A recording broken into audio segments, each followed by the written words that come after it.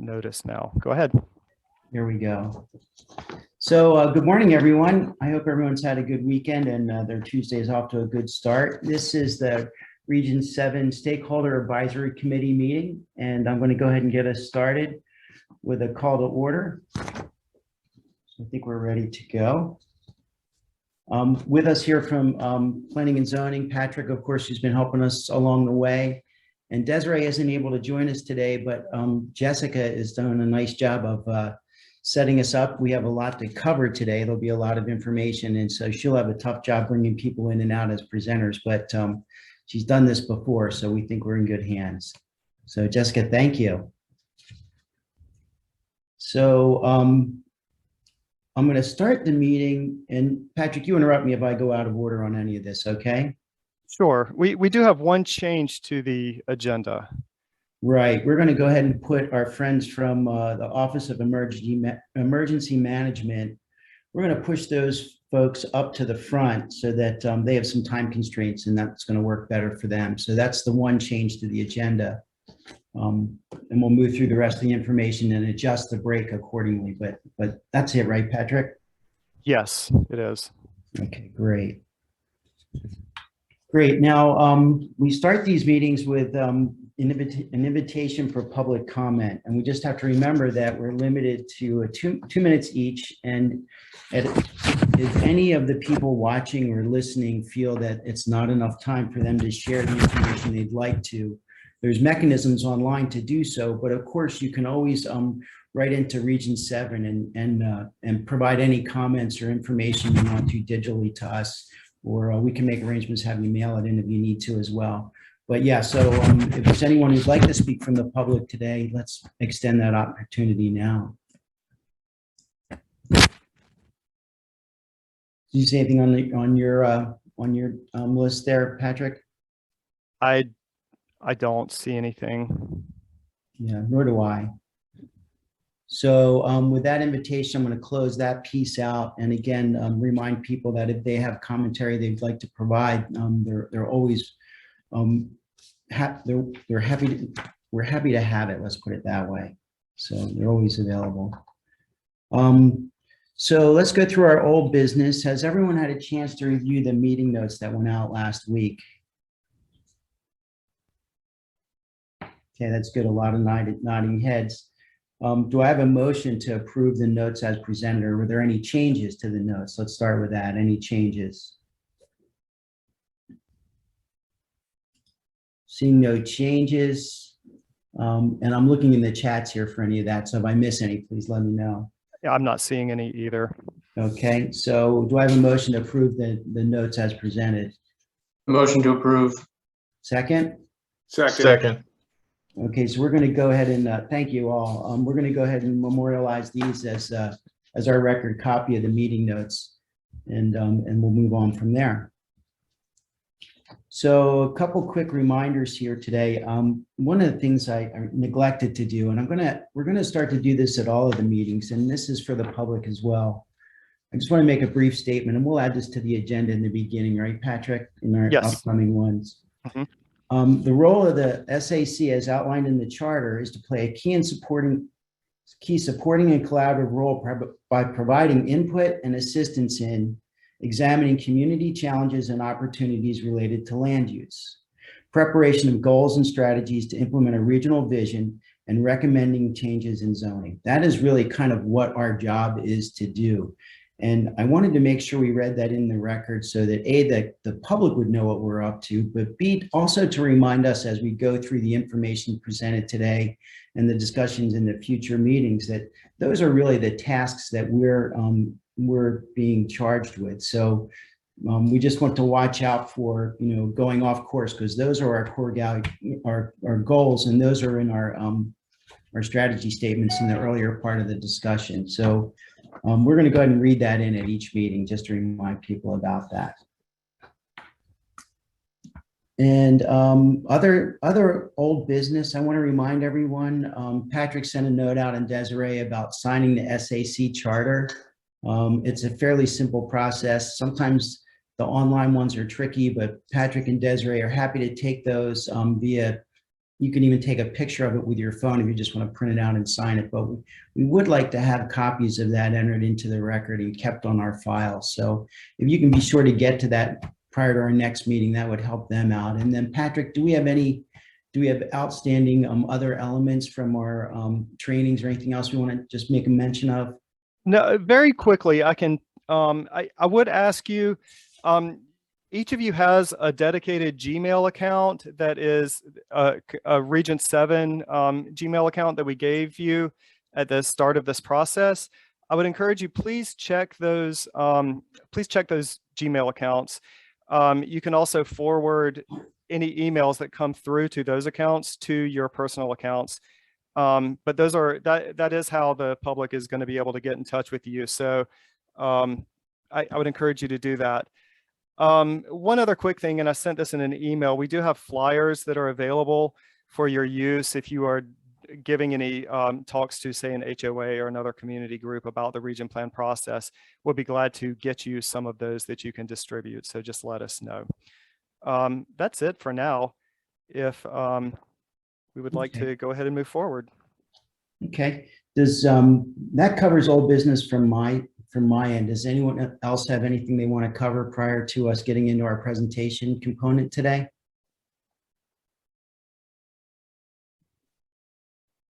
Okay, great. So with that, we're going to go ahead and get started, and we're going to let in our friends from Office of Emergency Management, and they'll go ahead and go through their presentation. There's background information that was in the last email from Desiree and Patrick, but they're going to go ahead and get us started. So, I'll let Patrick, I'll let you welcome them. Hi. So as we mentioned at first, we are going to switch up the order just a little bit and allow the Office of Emergency Management to present first. And if I can, let's see, how do I do this? Do I just make you I think I'm going to make you a host or a co-host. All I need is to share my screen. I think as a panelist, I can. Correct? Oh, okay. Yeah. So can you, Yes, so do you have it there? Okay. Yeah, good. I do have it. Then I will let you take it away. Can everybody see my screen? Yes. Excellent. Thank you. Let me start from the beginning and let me switch it up. Thank you, everyone, for your flexibility. I really appreciate it. My name is Preeti Emmerich, and I'm the Director of the Office of Emergency Management. And I'm so happy to be here talking about some of our goals in Plan 2040 and what we've been doing as the Office of Emergency Management and our vision for the future. So just a little background on emergency management. We use a whole community approach in the 4 phases of emergency management, and I'll go through these 4 phases fairly quickly. But number 1 is to mitigate. We would love to prevent future emergencies. It's not always possible, but in terms of mitigation, to try to prevent future emergencies or at least to minimize their effects. Second, prepare. And it's not just county agencies or our stakeholders who are prepared. We want to make sure the community is prepared. Because what we understand is, as much as we try to mitigate, emergencies are going to happen, incidents are going to happen, and being prepared is the best way to take the next step, which is responding. And of course, when we respond, is to protect life and property. And we assist the first responders, police, fire, other entities who are on the scene in order that they can do their jobs in larger incidents with resources, with any personnel that might be needed. And then recovery. Recovery is really important stage in this cycle, rebuilding from an emergency. And sometimes the rebuilding takes a long time. We talk about Hurricane Katrina, they're still rebuilding. We talk about COVID-19, just to show a different incident. That rebuilding is going to take a while. And sometimes it's to return to normal, but also sometimes it's a new normal, right? Things are not the same as they were before, and that's okay. But we're trying to rebuild some semblance of life in order for people to recover and to move on. We do this through our emergency operations plan, and this is available on our website, and I'll give our website address at the end of this presentation. But again, our emergency operations plan identifies the necessary emergency support functions and the roles and responsibilities of each agency and department in order to respond to protect life and property. It also lays out the ways that we coordinate with the state, federal, and other sources. So when you talk about county agencies, we also talk about our external stakeholders, such as BGE or the American Red Cross. And again, it touches on recovery. How do we return to our pre-disaster state or the new normal? And the emergency operation plan is scalable. It could be used for a single residence fire that may need additional assistance to a Category 5 hurricane. So in terms of incidents, there's many different things that happen during the day, and agencies usually are able to handle the everyday incidents. But in those cases where a little extra resources or personnel are needed, that's where the Office of Emergency Management steps in. And physically, we do this coordination through our Emergency Operations Center. You may have noticed we've had an active fall last year with tornadoes, with coastal flooding, and our Emergency Operations Center was activated. And this is where we do the coordination with our partners of resources, assets, personnel, etc. And this also helps us provide oversight to ensure that the plans that we have in place during our preparedness stage is executed efficiently and effectively, because what we want to do for county government is not have a disruption of operations to provide the services to the community and to help them respond and recover. So this is a quote actually from the Maryland Department of Emergency Management.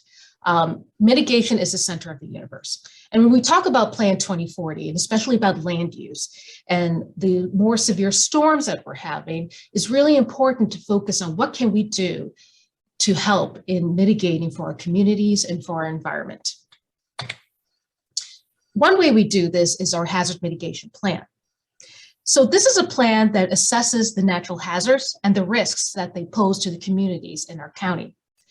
Number one, it measures the probability and likelihood that this natural hazard is going to impact Anne Arundel County, but it also measures the capabilities and actions that the county is able to take. And not just the county, but the communities as well. Also, a hazard mitigation plan is required in order to receive disaster assistance from FEMA or for eligibility for FEMA grants. But I think it's really important to understand what hazards face us and how we can respond and where we can improve, right? It's not all picture perfect. There are ways that we can always improve in terms of our capabilities and response. So for this hazard mitigation planning team, we don't do it in a vacuum. There's so many agencies that are involved. And I have them categorized: land use, public safety, the administrative side. You can see entities such as BGE are also included, because all of these agencies play a role in not only our emergency preparedness cycle, but also in terms of how do we protect communities? How do we use our land to the most of its benefit? But one of the things that we strive to improve on in the Office of Emergency Management is representation from the communities, from the businesses, from neighborhood groups.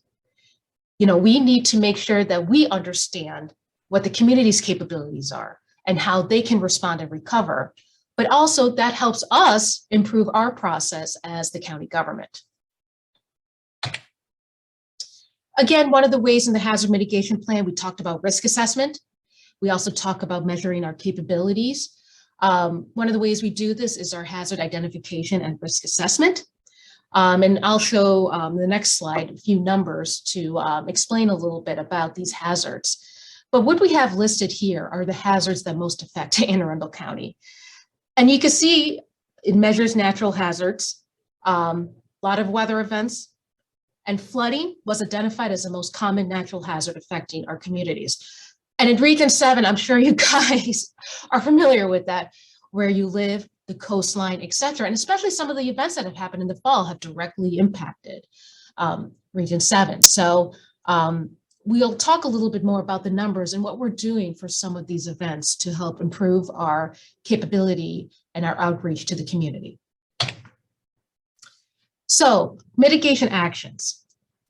One of the things I want to talk to you about is what the Office of Emergency Management does in terms of mitigation actions. So we talk about building resiliency, right, in the communities, especially for neighborhood groups.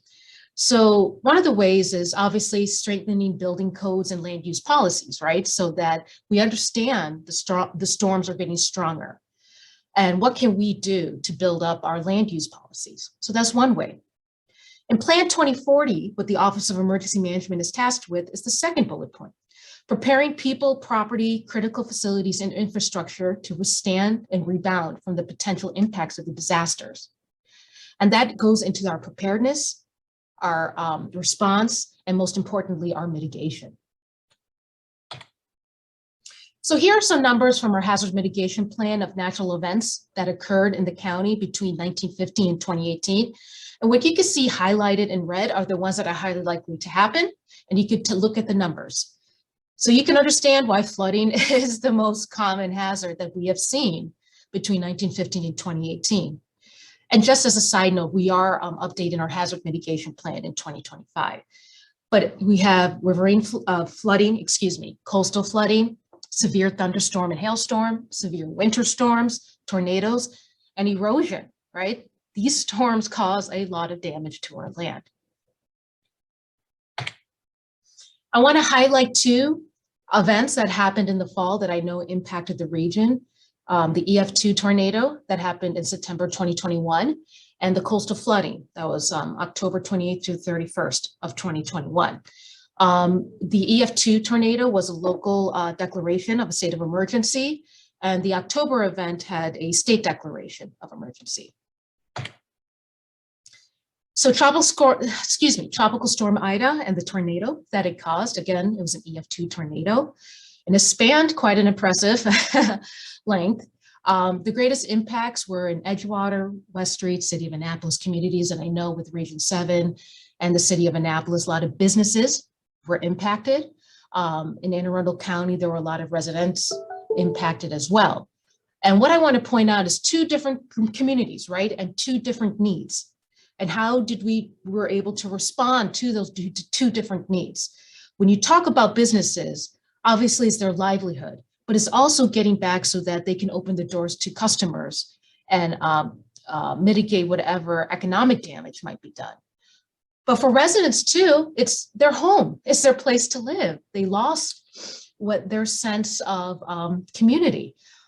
So the ways we responded were different, but it's understanding that in terms of what the tornado caused was destruction of the properties. And luckily, knock on wood, there were no deaths.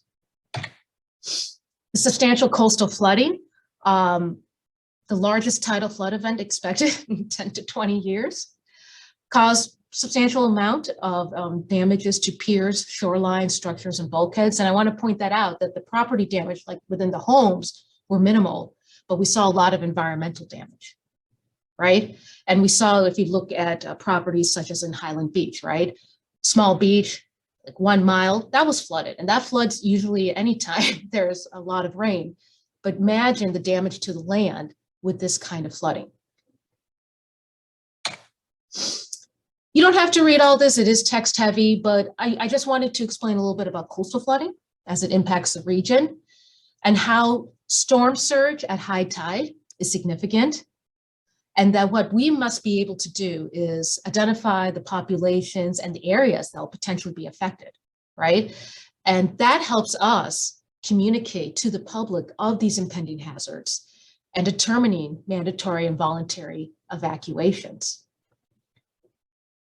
One of our goals in Plan 2040 is to update our evacuation plan, which we're currently doing. Climate change and sea level rise. Again, communities along the coast in Anne Arundel County are susceptible to the effects of climate change and sea level rise. And the storms are getting stronger. That has been demonstrated. The weather is getting stronger, and that has been demonstrated. And we are working with our partners in public works and planning and zoning. This also takes coordination with the City of Annapolis, with their Office of Emergency Management. And a lot of the events that I talked about previously, we coordinated with the City of Annapolis to make sure that all communities, their needs and resources were met and that we were exchanging information. But all of this takes a lot of coordination with agencies and exchange of information. We've talked a little bit about disaster resilience, our ability to adapt and recover from the effects of hazards, but that's not only county agencies or city agencies, that's community and neighborhoods as well. And there are different ways to to exercise disaster resilience. And I'm going to talk a little bit about those ways. Number one, on the federal level, there is BRIC funding that's available that the Anne Arundel County puts in applications for. And this is focused on mitigation projects to reduce risk to life, property, and critical infrastructure, reduce future losses and damage to life and property in critical facilities, and to improve long-term resilience of a community to disasters. And again, these projects must incorporate future risks to sea level rise and climate change. So this is one way that we're trying to pursue funding for mitigation projects and to assist communities. So I just want to talk briefly about some of the projects that have already been approved or are underway. One that has been approved and we have received BRIC funding is the countywide roadway vulnerability study. And this is countywide, not just coastal areas, because flooding just doesn't happen in coastal areas. So again, this is a study of the roadways and how we can improve the resiliency of the roadways in Anne Arundel County. Because when you think about roadways, there are access to public safety services, our way to get resources to the communities, for communities to leave a place of where there might be harm or an incident. We talk about egress and ingress. I know there's a lot of communities, there's only one way in and one way out, right? And we want to make sure we study the vulnerability of the roadways and the bridges to ensure that we take the proper action. The other two are outside the region, but if you talk about Shadyside Peninsula and the Sawmill Creek tributaries, again, making sure we study those needs and respond accordingly to programs or policies. And also what we want to emphasize is nature-based solutions to stabilize eroded land and roadways. Again, to ensure that we're ready for whatever storm may come our way. Future mitigation projects that we're looking for, and we welcome any feedback.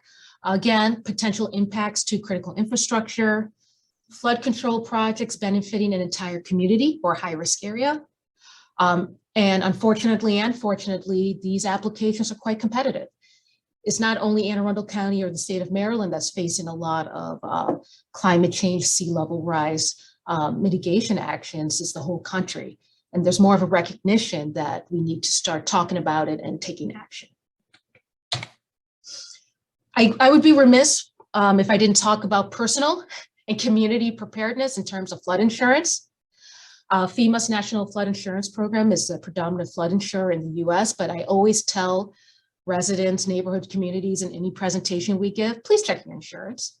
If you live in a flood zone, please get flood insurance. And I think it's so important. And I'll talk about a website that you could use to see what flood zone you're in, excuse me.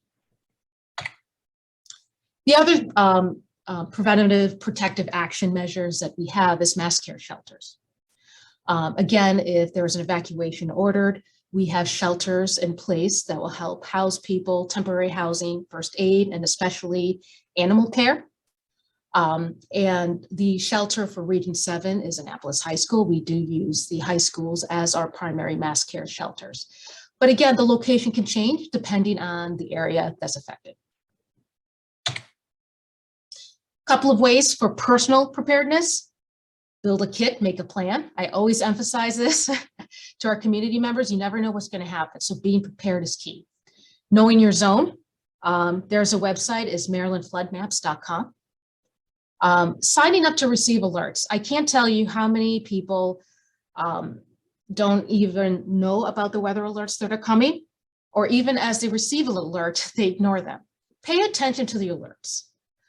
Signing up for Alert Anne Arundel is key for weather events, but even if it's just a National Weather Service issuing a bulletin, pay attention to those. It's good information and good protective actions that they talk about in terms of incidents that might happen in your area. And my last plug for our 2025 Hazard Mitigation Plan update, we need community input. This cannot be done without you. The county agencies can talk all they want about what we feel are good mitigation actions, but what you see as a community is just as important to help formulate our plan. That is our website. Again, our hazard mitigation plan, our emergency operation plan is on the website. If you have any questions after this presentation, please feel free to call the number. And thank you. Well, thanks so much for taking us through all the information. Really helpful. I did get one question I was going to pass on to you. How can we see the results of the countywide roadway vulnerability study? Where is that? Where will we find that? So that project is still in the development stages. So as we develop it, I'm sure the results will be available, but it's still in the development phase. I think the kickoff meeting was just a couple of weeks ago. So. Okay, great. Perfect. We're just trying to keep everybody informed. Appreciate all the information. And again, we'll follow up with probably written questions once we get there. Excellent. And thank you for your flexibility again. Yeah, nope, that's not a problem. Thank you. So we're going to move on to our next presenter. And we've had a couple things move around. It's kind of happening a little fast here. But Eric, I think where we are right now is we're going to, is it schools next for us? Yeah, you're muted. Sorry, I was muted. Yeah, okay. We did have a request to allow schools to go ahead and move forward so that he can attend a meeting a little bit later. So are you with us, Greg? There you are. Okay. And you need me to share the screen. Do I have that correct? Yeah, that is correct. Okay. So yeah, so Greg's going to talk to us about public schools. So it just has a few shifts here, but we'll be able to get ourselves back to where we want to be shortly. So bear with us. So while Eric is pulling it up, just to give you a little background, Anne Arundel County Public Schools were the 38th largest school system in the nation, 4th largest in the state of Maryland. Region 7, which is mostly the Annapolis feeder, does dip into the South River feeder. And again, when Eric pulls up that map, we'll kind of see the different schools that are involved. That would be the next slide. Okay. So you can see my screen now. Yes. Okay, give me one.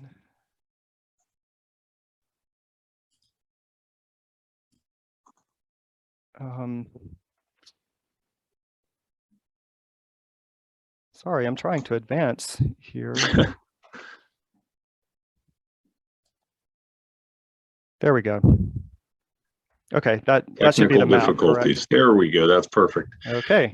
I will so that shows myself. all the different, this is elementary school, shows you location of the different schools. The dark black line is the actual region 7 that was defined by the county.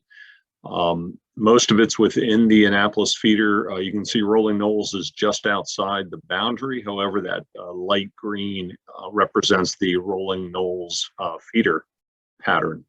A little bit south, you'll see what way down on the bottom left side is Davidsonville Elementary School, which goes to South River, and you can see that pink area that encroaches into the region 7. There's also the Central Elementary School, which is that green, which is a small part of the Riva area across the Riva Bridge. That's part of your region 7.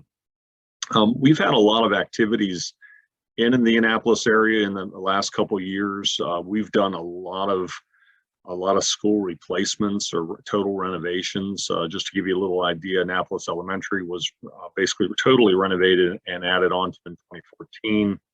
Eastport, we did some additions in 2016. Georgetown East, we did a K addition in 2016. Germantown was a brand new school in 2011. Hillsmere, we're currently under construction. It's about 24% complete. Planning on being done by February of 2024. And that basically that investment right now is about $33 million. Mills Parole was replaced or totally renovated in 2015. Tyler Heights opened in 2021 and cost of over $41 million. West Annapolis, 2016, it was totally renovated. Annapolis Middle School, we're doing HVAC renovation, over $10 million. Bates Middle School, we're about to undertake a large HVAC project, probably in the order of 15 million. We also have some state grant that we're dealing with, some outside field renovations in the back of the school. Annapolis High School, we had additions and renovations in both 2014 and 2015.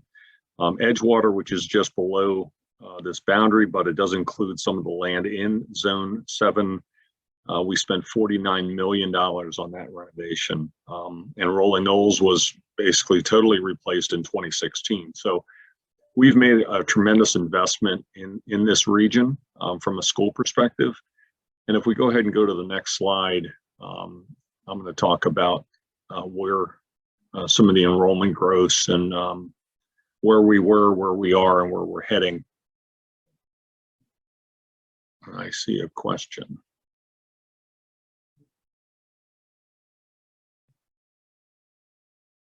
I tell you what, I'll save the questions to the end, and I'll let I'll summarize that. So this is a bar graph. Basically, I was trying to identify in the different colors, and again, it's kind of blocked on the screen, but basically the light green represents the enrollment in 2011.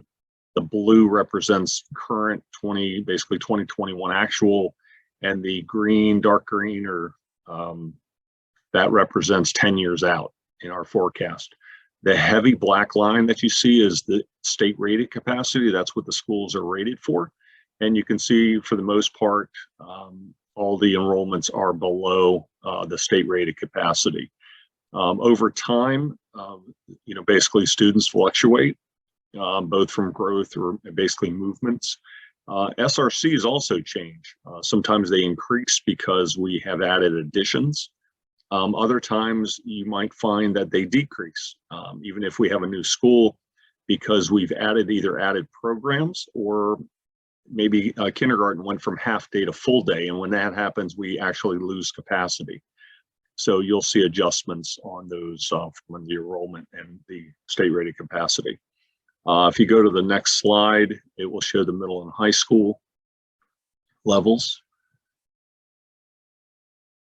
And again, the middle schools were in pretty good shape. We've had some pretty good growth at the Annapolis Middle. Most of that was a result of redistricting. A couple of years ago, we moved some elementary school, Mills Pearl, into the Annapolis Middle School because Bates was overcrowded. And since we had plenty of room at the Annapolis Middle School, so that's why that was a large increase in that. Annapolis High School, currently we are at capacity. We are projecting that it will go well over capacity. As you can see, it's close to about 400 students over. The one thing that Annapolis has, it's got a lot of programs.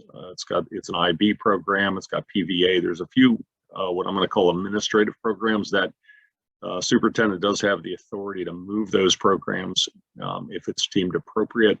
We are also looking at a redistricting countywide, and whether or not we're going to try to see if we can balance out some of those the school capacities at the high school.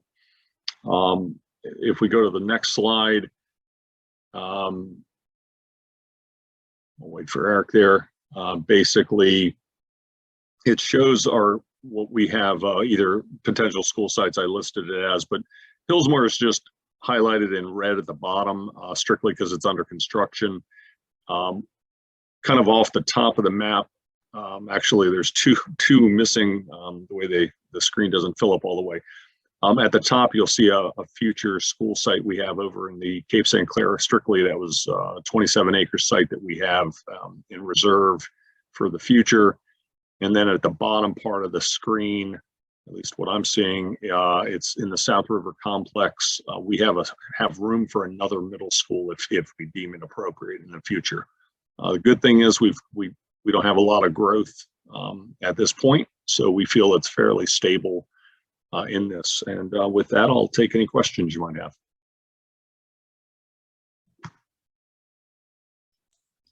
So we've got one on the screen here that popped up. First, thanks for the presentation.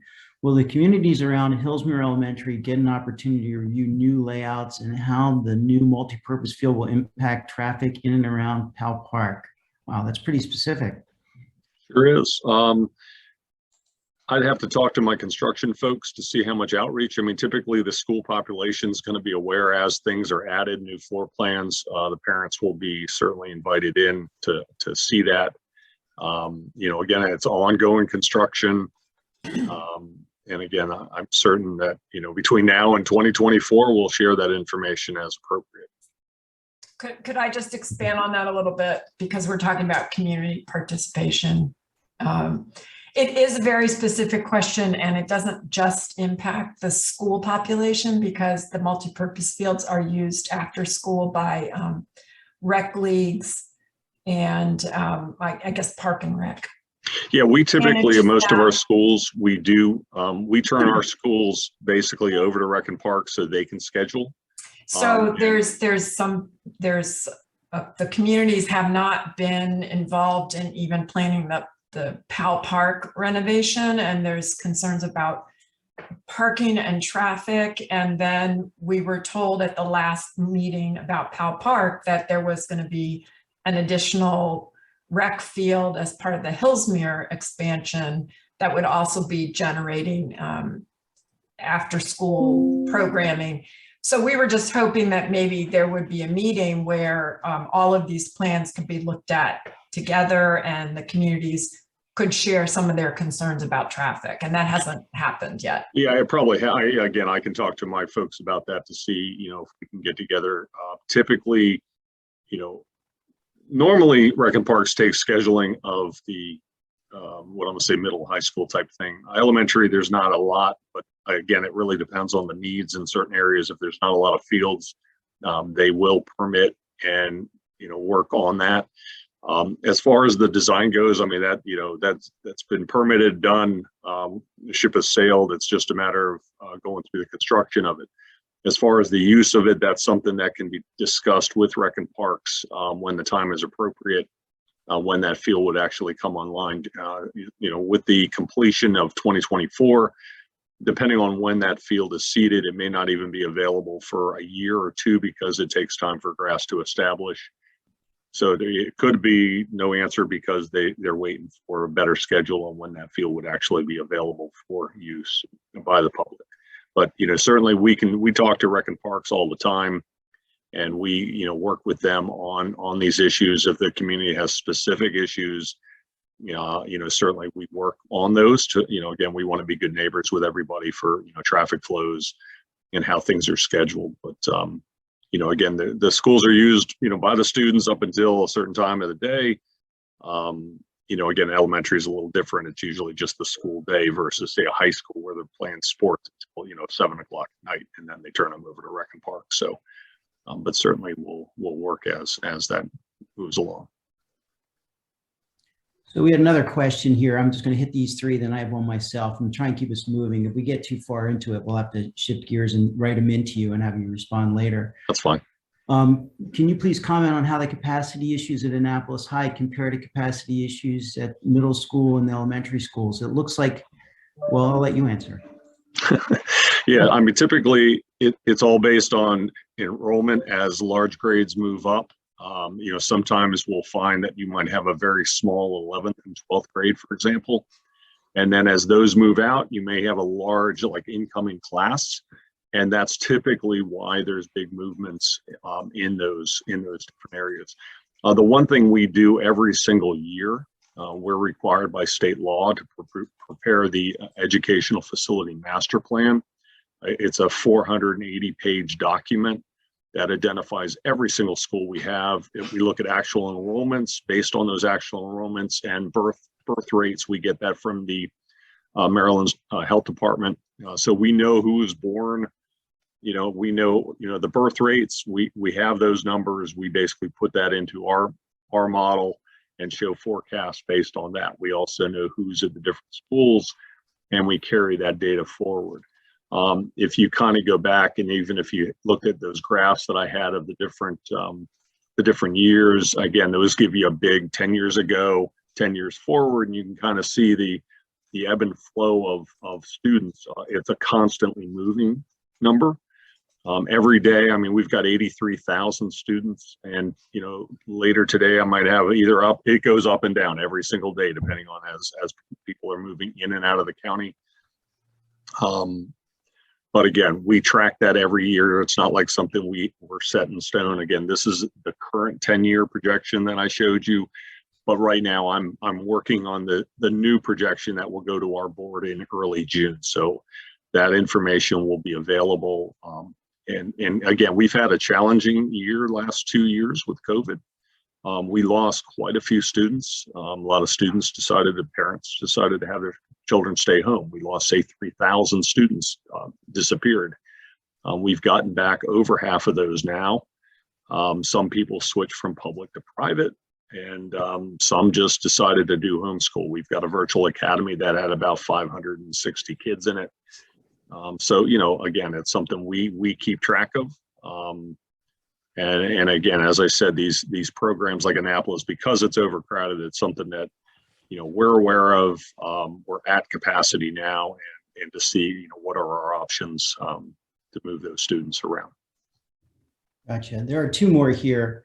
They start to fall into similar categories here. Do you have an expansion, not just renovation, in the capital budget, and if so, where?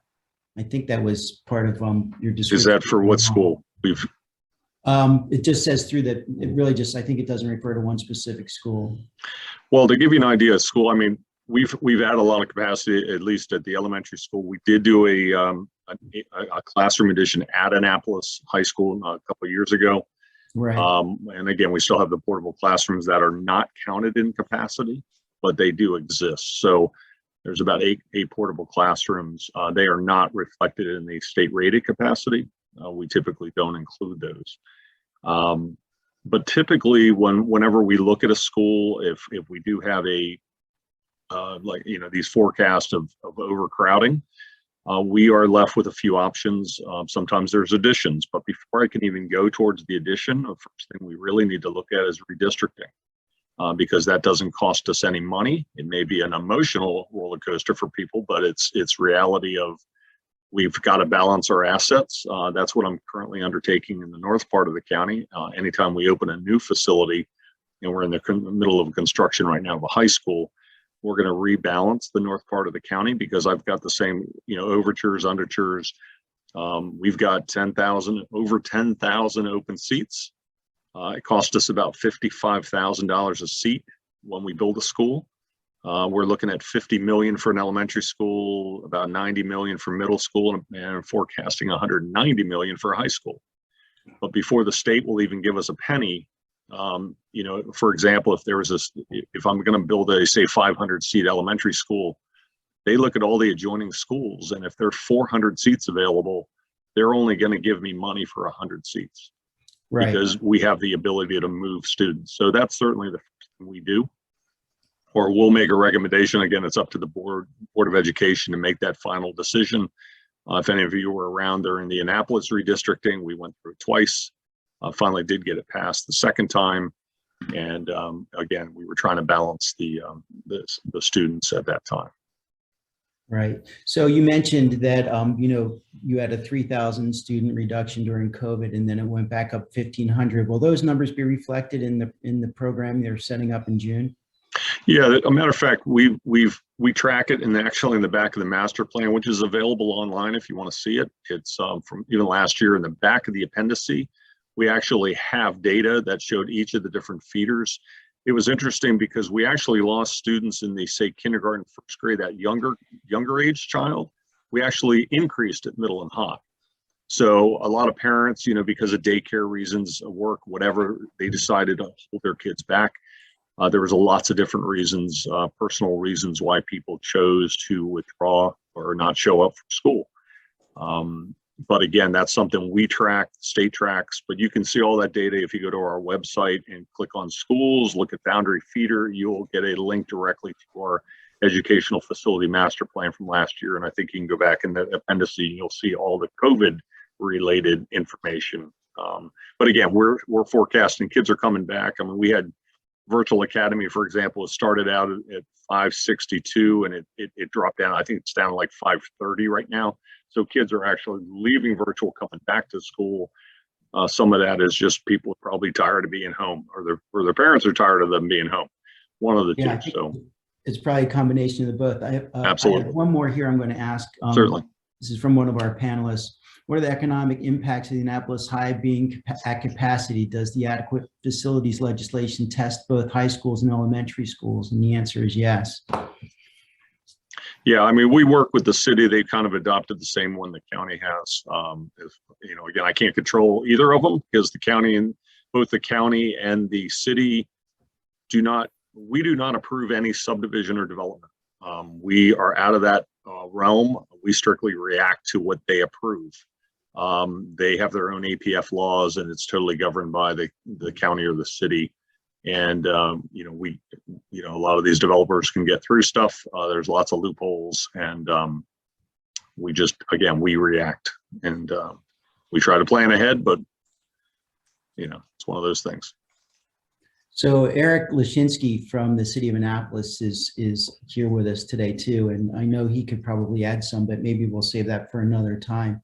For the group that's on screen with us and as part of our selection process, one of the things that what Greg is explaining to us now is difficult for me personally, because what happens is there are infrastructure components that will drive where we do development in our region and where we don't do development. And schools, as Greg explained, can shift their feeder group so that their capacities can be adjusted where there's a low capacity versus a high capacity. But there is a huge emotional component. Parents don't want their kids to switch schools in the middle of their 4-year stint in high school, let's say. So it sounds like it's flexible, but it really is very, very difficult. And as Greg explained, it took 2 tries to get through Annapolis last time. And still we have a capacity problem at the high school level. And then to further complicate it, the city of Annapolis sets its own rules about capacity, and sometimes they're parallel to the county and sometimes they're not. So, when we see where as we look at our region as a whole and where the development wants to be, because what infrastructure is available, schools are a really tricky one. And, I'm not sure how we're going to handle all of that, but you can see like it would make sense to drive development away from feeder areas for the city of Annapolis High. But at the same time, the infrastructure on every other front is probably the most robust in there, and maybe 1 or 2 other places. So it almost fights smart growth planning in some ways, because the two don't necessarily follow. That's my commentary on it. Does anyone have anything else they want to talk about on that one? Any other comments? I mean, hi, it's John Hollidge. You can see what I put in this comment. If there's been a formal request to increase capacity on Apple side, it is, I find it interesting that there is capacity in the elementary schools. I'm not clear on capacity levels at the middle school, but there's clearly no capacity at the high school. And I'm wondering if that is by design, if that's the intent of the city of Annapolis, not to, well, I guess, Annapolis High School is not even in the city, it's in the county. So that brings up another question. Maybe Eric can speak to that. We haven't made any requests that I'm aware of. I mean, it is in the county. It serves a county population as well.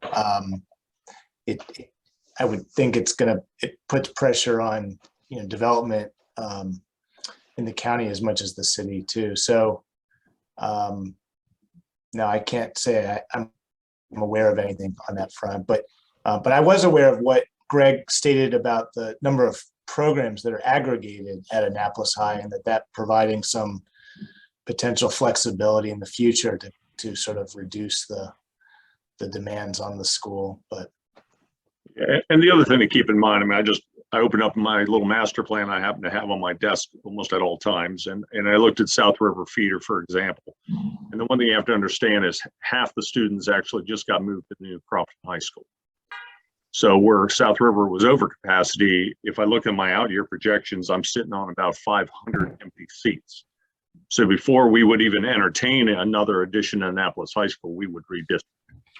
And the same thing, we have the ability to redistrict, plus we have the ability to move programs.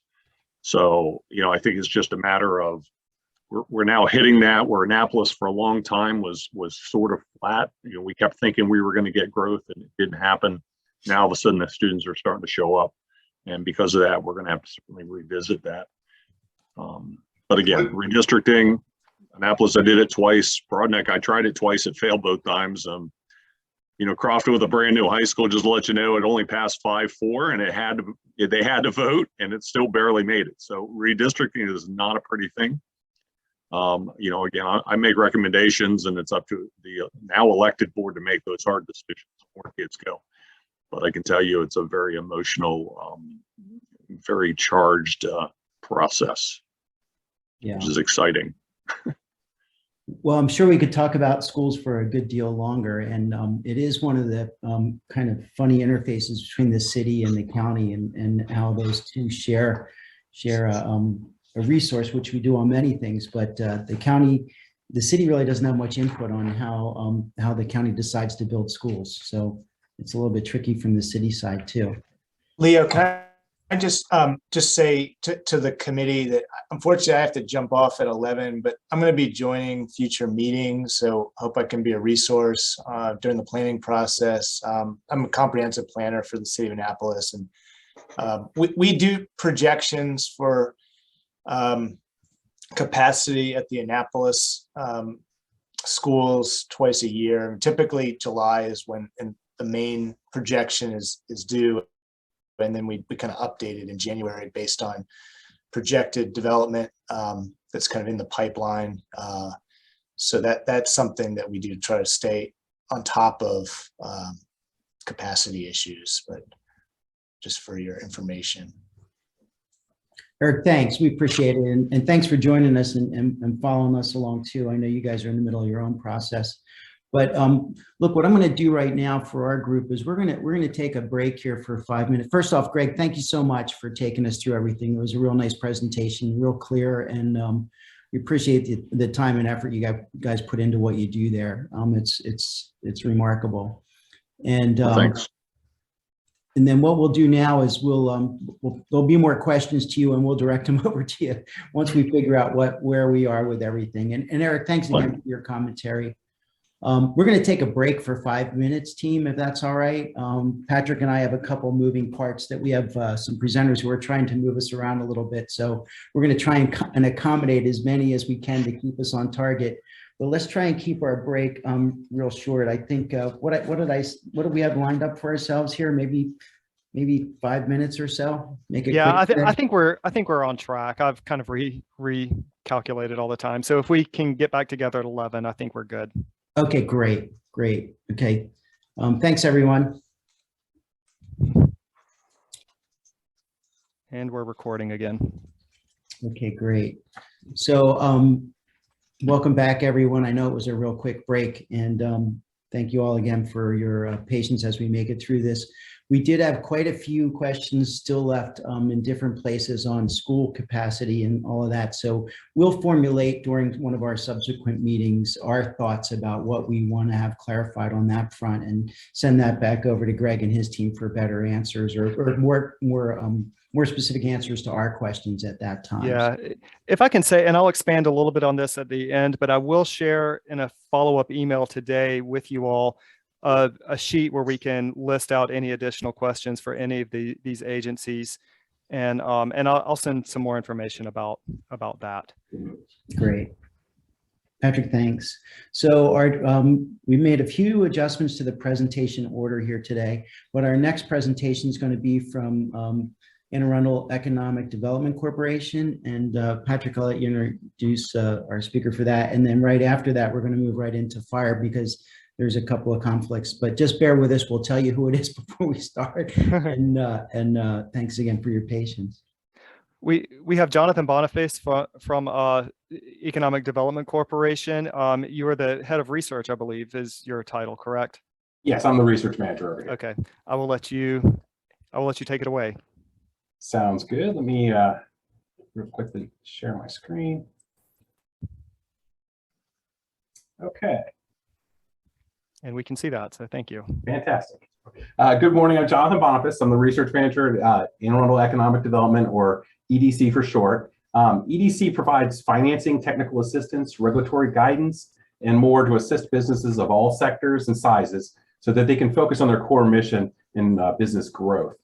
We are a quasi-governmental nonprofit organization focused on economic development throughout the county. And I want to thank you for inviting me to give this presentation. It is a lot of data, and I'm going to go through it pretty quick, but I am going to share both the presentation, the transcript of my presentation, and some data after this. I'll send it over to Patrick, and he can make it available to the SAC. Okay. Using the most recent Census Bureau's origin destination employment statistics and local employment dynamics data from 2019, which is the most recent available data for that information. Region 7 was home to 61,724 primary jobs. That's approximately 25% of the primary jobs located in Anne Arundel County. Now, by examining the commuter flows, we see that 85% of those working at jobs in Region 7 commute in from outside Region 7's boundaries. The other 15% live and work in Region 7. Now, 68% of the employed residents of Region 7 work outside of Region 7's boundaries. So those are the ones going out to different places. Now, the highest concentrations of Region 7's residents' jobs are located in the city of Annapolis, followed by Parole, Washington, D.C., and Baltimore City. Route 2, Route 50, and Route 97 are the major commuter routes for Region 7 residents. Of those 29,063 employed residents of Region 7, we see that 15% earn less than $15,000 per year. 24% earn between $15,000 and $40,000, while the remaining 61% make over $40,000 a year. Here are the statistics of those making less than $15,000. We see that the largest categories are those under 30 years old, and those that work in the retail trade and the accommodation and food services industries.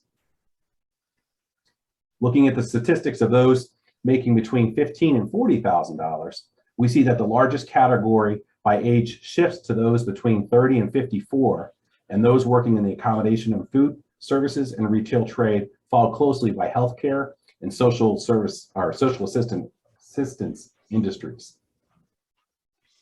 Of those making over $40,000 per year, which is the vast majority, 57% are between 30 and 54 years old, and the predominant industries are professional, scientific, and technical services, public administration, and healthcare and social services.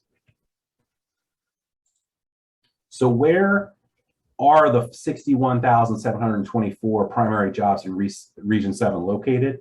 Well, we find the largest concentrations are in and around the Westfield Annapolis Mall and the Luminous Health Anne Arundel County Medical Center, and of course the Naval Academy and the State House area.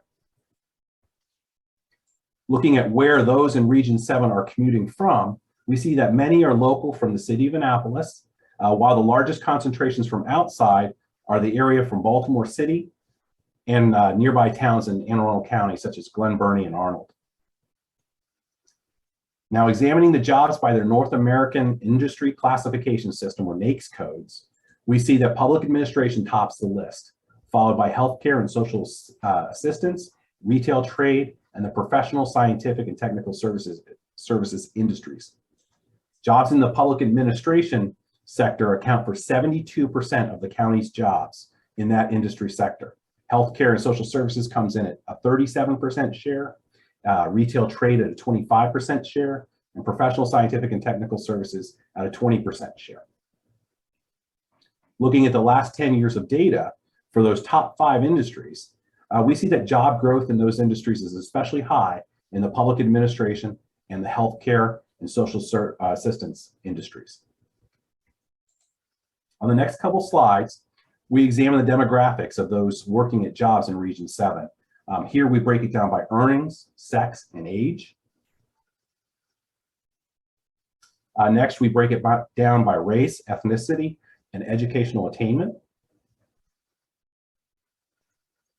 Now, looking at CoStar commercial real estate data, we see that Region 7 has a strong commercial real estate market with 1,346 commercial properties that take up 16.5 million square feet of space. The retail market consists of 511 properties concentrated mainly around the mall area in the city of Annapolis. The vacancy rate at 10.5% is higher than the county average of 5.2% for vacant available retail space. Office space, the office space market consists of 445 properties in Region 7, is mainly located in those same areas as retail. The 9.1% vacancy rate is a bit above the county average of 8.2% of vacant available office space. Now, flex space, which is normally a combination of retail or office in the front and a warehouse in the back, is mainly located in the northern part of Region 7 and represents a smaller percentage of the total commercial properties for the region. The 7.8% vacancy rate is higher than the 6.6% vacancy rate in the county as a whole. Now, the industrial market is much smaller in Region 7 and has a vacancy rate of 1.9%, which is right on par with that as the county of a whole, which is also at 1.9%. As you can see on the map, the predominant location for industrial space is in the northern part of Region 7 and located along the major highway routes. Now, Region 7 has many economic drivers that make it a very attractive place to do business.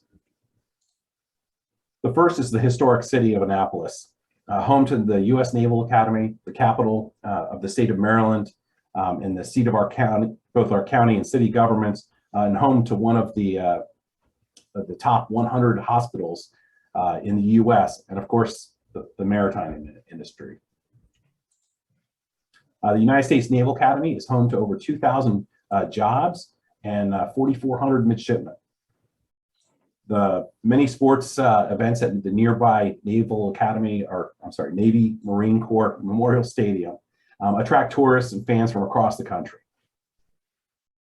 The Luminous Health Anne Arundel Medical Center employs about 5,100 employees and was recently ranked in the top 100 hospitals in the country by Newsweek. The Westfield Annapolis Mall and surrounding businesses are home to over 4,000 jobs, and over the years, the anchor and big box stores have become less of the drivers of traffic as experience type businesses such as movie theaters, Dave & Buster's, Medieval Times, and even the public library have been the go-to businesses. It's also, to add on to that, it's up in the air as to how Westfield Annapolis Mall's new owners, depending on who they are or will be, decide what they want to do. We expect it to be more of a mixed use in the future. Now, the Annapolis Town Center is one of those areas that is providing an experience type visit with shopping, community gathering areas, public art, mixed use areas where people can walk from their homes to the shopping centers. They're also in the winter adding a skating rink. The Annapolis Corporate Park off Harry S. Truman Parkway continues to grow with the addition of new office buildings and construction of a parking garage.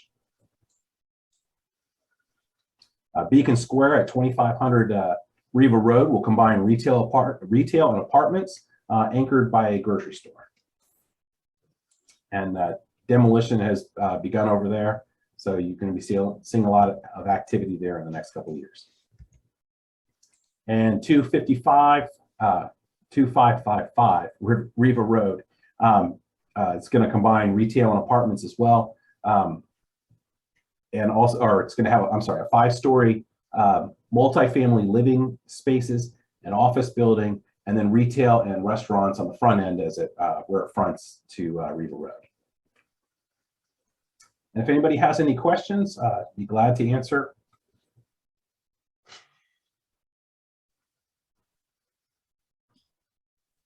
Jonathan, thanks. That's a really nice presentation. And again, great information. It's like we talked about this as a group before. It's like drinking from a fire hose. It's just coming at you so fast.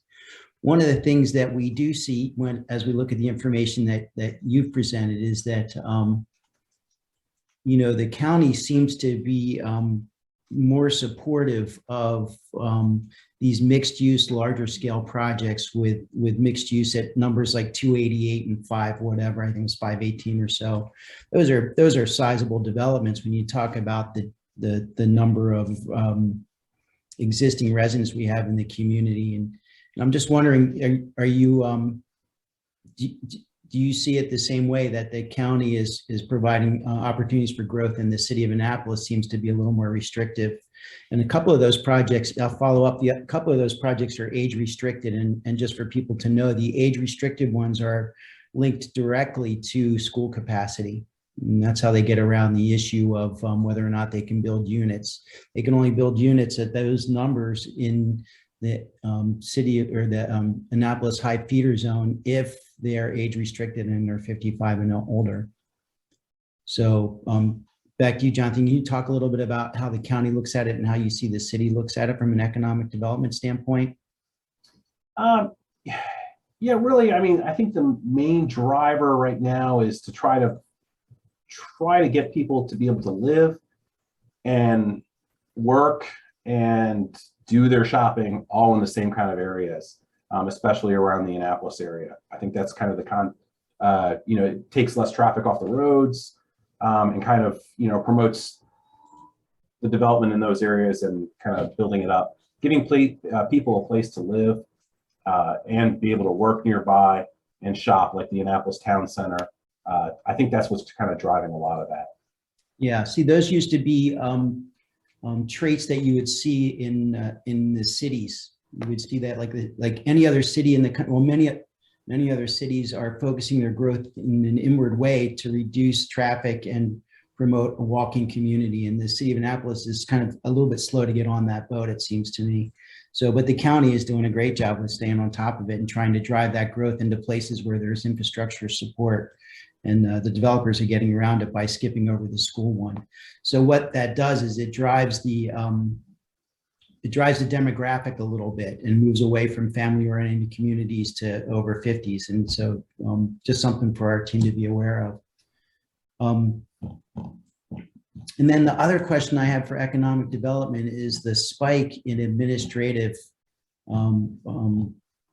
employment opportunities in the last few years. That was the red line we saw go up. What do you think the driver for that was? Because even the hospital ones like Luminous didn't go up like that. I really haven't been able to identify where that came from, but it could be some of the big companies that are moving in, like Rockwell Technologies and Collins Aerospace and stuff, combining some of their units, bringing in, just a lot of employees. I haven't been able to, I've only been here for 3 years. So I was looking back, trying to figure out where exactly that spike came from. And I wasn't able to identify a singular business or something, but I'm sure that has to do with probably some big, something big coming in around that time. Okay, then we'll just hit a few here real quick. What's the reason for high vacancy in retail in the Annapolis area? I think a lot of that, those are the March numbers. The pandemic brought a lot of, we had a lot of businesses that just kind of closed up shop. And we really are noticing that. We put out at Economic Development a new and expanded businesses list. And we had 150 businesses that we identified in the county last year as being new or expanding or relocating. I think we're almost up to 115 for the first 4 months of this year. And that just shows that that vacancy rate is going to be going down as all these new businesses get started up and fill in those spots that were made vacant. I noticed that in your newsletter last week. I was like, oh my goodness, that's a lot of new people coming back online, which is exciting because it means reading back to normal. Exactly. And I have to remind people that, there's not a lot of new office space being built yet or retail space. So that means they're filling in the vacant spots. And unfortunately, if it's vacant, it meant somebody probably left there. Yeah, and Leo, this is Anna. I'm the one who actually asked that question. Thanks for the answer, Jonathan. I was actually more interested actually in the fact that it's a higher vacancy rate than in the rest of the county, which was kind of interesting to me. Any insight into that, or is it just kind of the way things have fallen with COVID? I think it's just because you have such a large, I mean, there are more properties down there in the Annapolis area than a lot of the other places. So. And curious, with that high vacancy rate of retail space, I mean, are we continuing to build more retail space while we have so many vacant spaces available? I mean, what are the checks and balances there to make sure we're not flooding the market with retail space, or is that maybe a question for another speaker? I mean, a lot of it, yeah, I really don't have the information directly on that. Sure. You know, a lot of it's driven by zoning, you know, where they're able to build. Yeah. And then developers, you know, they look at, well, if we build it, they've done their market, you know, research to figure out if I build a building here, can I fill it? They're not going to build it if they can't. So appreciate that. Yeah, and it's just maybe something for us all to consider as we move forward in this process. But thank you for the insight. Appreciate it. Not a problem. And the mall is a big wild card for us because, you know, we see these malls all over the country changing what they're doing. And, you know, there's all kinds of ideas about whether they become mixed use facilities. So it'll be interesting to see what the new ownership does and how maybe we can help them to achieve a different outcome as you know, we contribute our comments to the process. There's another one here. How much of the new housing will be affordable housing? I'm not sure if Jonathan can answer that. Yeah, that's not really, I don't have that information on that. We can address that when we have our topical meeting that addresses the housing portion. I do know the ones that Jonathan, you had pointed out on Riva Road, to my knowledge, don't have affordable housing tied in with them, but it is something that we would promote, particularly in the Pearl Town Center. And then there's three others here, but you know, I think these are internal questions. Well, actually, I go to Larry's at the end here. What, if anything, around the county? What anything could the county do to enhance the county's attractiveness to business? Well, and that's kind of that came up in another region last night. We are really lucky as an economic development corporation, especially. Most EDCs are looking to attract businesses to an area. Anne Arundel County is attractive throughout the nation. I mean, a lot of people are very envious of our position because we have the Port of Baltimore nearby. We have BWI. We have the state capitol in it. We have just so many different things, good schools. It just makes us a very attractive region. So for us, it's more of, we don't have to reach out and attract businesses as much. They come out to us and say, we'd like to move into your area. And then we help them find the right spaces. We show them where there are places available, give them the tools. You know, for some new businesses, we do different funding, loan options. And so we're the constituent services for them. We help with inspections and permits, walk them through the zoning for that area. So we deal with a lot of our partners down here at the Heritage Office Complex to kind of walk them through and make it easier for them to do businesses here. But we don't really have to attract them because we are just such an attractive area. Yeah, we kind of are poised for growth regardless of what we do. But exactly. Yeah. In the interest of keeping us on schedule, I'm gonna ask that we move on. But Jonathan, again, thanks so much for all the great information. And I know Jonathan had a few questions here. I just want to make sure we don't lose our friends from fire. So if that's okay with the rest of the group, I'd like to move on and just say thanks again, Jonathan, for your help. Thank you. Okay, so Patrick, do you want to go ahead and do the intro on? Sure. Yeah. At this point, we'd like to welcome Chief Tricia Wolford from the County Fire Department, and I will let you take it away. Thank you, sir. Good morning, everyone. Great to meet you. My name is Tricia Wolford. I'm the fire chief for Anne Arundel County. I have just a couple of quick slides I'm going to share with the group.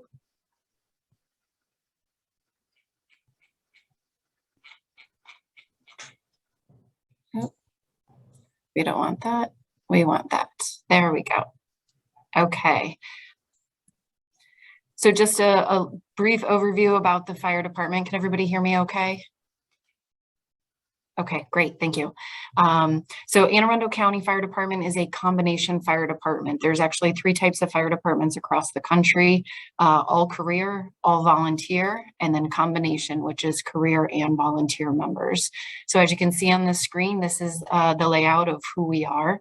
So all 31 fire stations are staffed full-time with career personnel. And then anytime we have any of those 324 operational volunteer firefighters come in, that is an additional complement of resources that gets stood up in the community. So if a firehouse staffs an ambulance and an engine company with career folks, and it's one of our stations that has volunteer members, if enough volunteer members come in, we can maybe staff another ambulance or another engine. That just helps serve additional needs in the communities.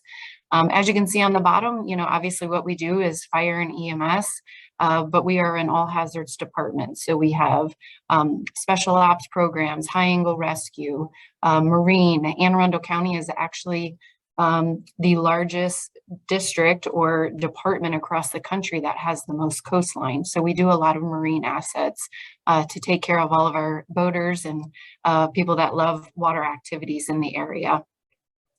And then we work with 2 major hospitals, Anne Arundel Medical Center and Baltimore Washington Medical Center, along with partnering hospitals all around the region. So we transport patients across the Bay Bridge, into DC, Rockville, Holy Cross, you name it, every hospital in this area is getting used. So we'll move on to the next one. Here's our Region 7 that we've been discussing today. Station 3, which is on Riva Road, Station 8 down in Annapolis Neck, and Station 40, which is West Annapolis. So Station 3 is a volunteer-owned building that still houses all career members. There are no active volunteers riding in Riva, but it is a volunteer-owned building. Station 8 is actually one of our most unique because we have Annapolis City firefighters that are also in that building. So that is a shared partnership based on that location because we sit not necessarily on the line, but you really have to go through the city to get to the county and then back through the county to get to the city. And it's been a fantastic partnership that started years ago. And then Station 40 West Annapolis, that's a county owned that has career and volunteer members serving in it. We listed the mutual aid stations. Again, these are all Annapolis City, the first 3. And then our partners of the United States Naval Academy. There is one fire station that is on the Naval Academy base, and we partner and have mutual aid and automatic aid with those stations. Response times, we bring this up. Response times are important because this is how fast we get to your emergency. And based on these times and national standards set through the NFPA, this is where we get the best results. So whether we're talking about the best results of how fast we can get to you when you're having a cardiac arrest, we know the measures of time of 8 minutes or less when we can get you air and start breathing for you, or when we can provide medication and good quality compressions, we know your chances of survival. 8 minutes or less is the standard in all responses. And so based on, let's say, structure fires, if we have a room and contents fire, we know based on the type of building materials that are now being used, what is our best result to try and keep that contained to one area of the house and not affect the entire house. Now, based on our geography, especially as we get into the South County area, it does get a little more difficult. Annapolis City and those areas proper are not quite as difficult. But if we start heading into Deal, Shadyside, which I know we're not discussing today, obviously the geography, there's only so many roads that go to so many areas, unlike what we have in Glen Burnie. So in Region 7, you can see we're doing great with our time, 6 minutes and 14 seconds. And this is from the moment that the dispatcher takes the call, the moment that the station is notified is when the timer starts. So when that station, this timer that we are talking about in this slide. So when that station is notified, this is till the time that they get on scene and they press a button that says they're on scene, which on scene means they can see the incident or somebody has acknowledged there is an incident, waving us down, that type of thing. So it's in those moments. And then on the right-hand side, you can also see here the types of calls we are running in this area. Predominantly EMS, it's about 76% of our business across the country, or across the county, excuse me. So I'll stop sharing now and open it for any questions or anything I can talk about with any plans or projects or answer any questions. And I don't see any question. Oh, we do have one question that just showed up in the chat, and I'll take over for Leo because I see he's off screen right now. What part can the fire department play in getting proper access and exit areas to new construction projects that have only one entrance and exit out of a community? So maybe you can talk about maybe your role in reviewing development projects. Correct. So that review, actually, I'm in the fire marshal's office as we speak. That comes out of the fire marshal's office with our code compliance officers, where we work very closely with inspections and permits, also in this same building. So we review everything from beginning to end about how that works, and we review that all to the fire code. And some of those developments that have the one entrance in or out, those are still to the specifications of the fire code, but it's based on numerous factors. I obviously couldn't speak on one particular development, but numerous factors of road width, our ability to use other areas that are not on the road where we know that the foundation is secure enough for us to actually drive on, whether that's a hard surface, under a soft surface, things along that line. So we are a part of every development project. One of the things that we are trying to work through right now is we are seeing developers that come into the area, they develop properties, they feel they have notified the community members who are purchasing or inhabiting these properties, they feel they've notified them of all the constraints of the property, and we're seeing that they have not. They have then since left the area, and we are left to explain why an access road is only one lane or a fire lane exists in this area versus that area. So we do try and share those types of things with the community when that's being built. So when they're doing community presentations, we're not in charge of those presentations, but we like to be there to make sure folks are aware so they hopefully know fully what they are getting into.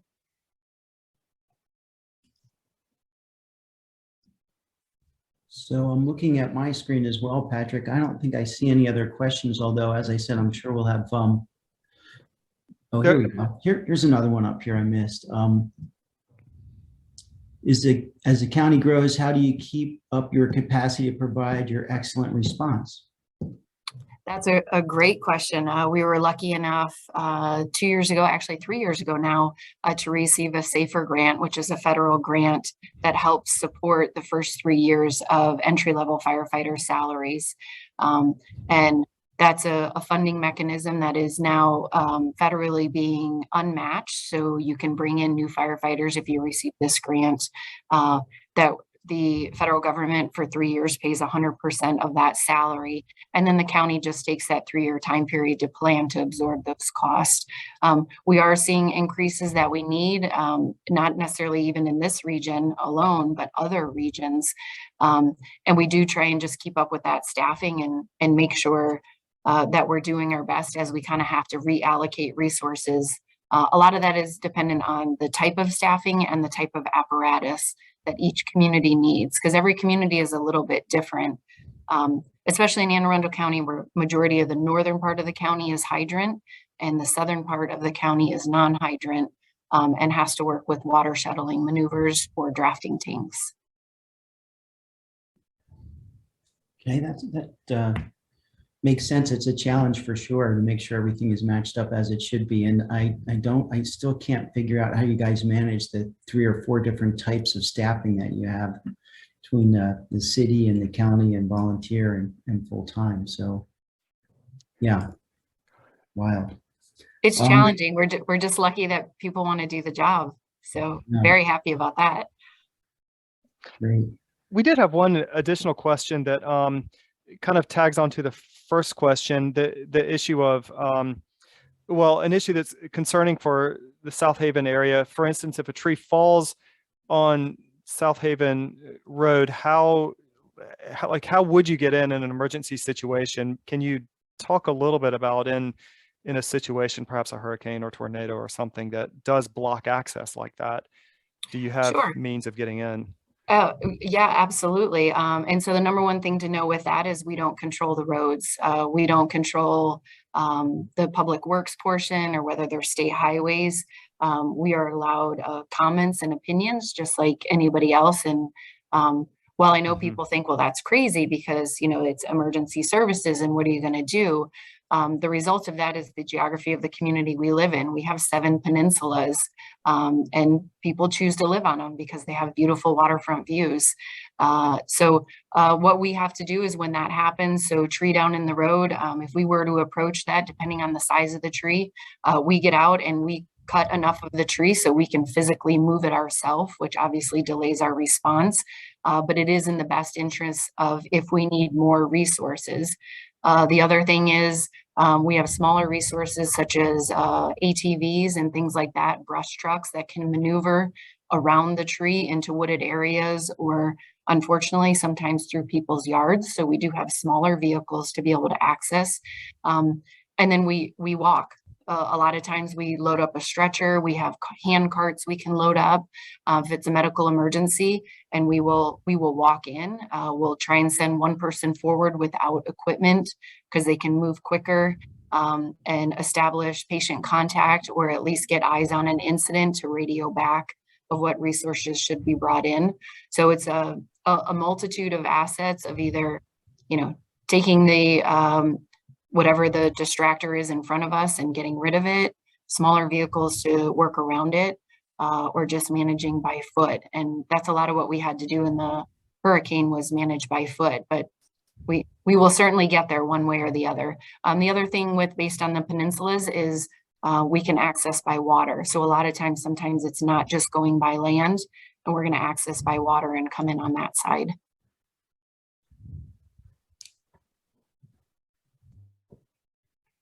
Okay, great. Well, Tricia, thanks so much for the presentation today. It was really good information again. And again, we'll follow up with questions about other components of this as we get into our discussions. We may have 1 or 2 for you about where we need to go next, that type of thing. So thanks again. Thank you. Appreciate being here. So Patrick, where's that put us now? I think we're Up next would be Rudy Rodella with the public libraries. Oh, great. Okay, perfect. And Rudy, I'll let you take it away. Thank you. All right, thank you. Hi, good morning, everyone. And I'm Rudy Rodella, the Chief Technology Officer for the library. And I'll be presenting the library's part in Arundel 2040. And let me share my screen and we'll start the presentation. Great, thank you.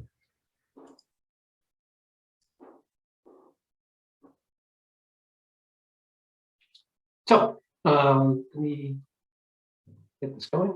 So here is a quick snapshot of the scale and scope of the library as one of the county's business units. For the most recent complete fiscal year, our budget was $28.1 million. 24.5 of that was funded from the county.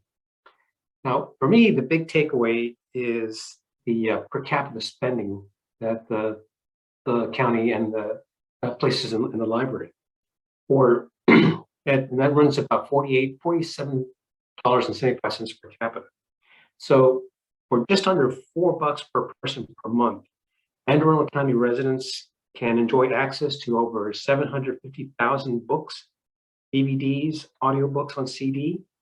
We also have free Wi-Fi in our buildings and on our campuses, educational programs, streaming movies and music, millions of magazine articles, and the list just goes on and on.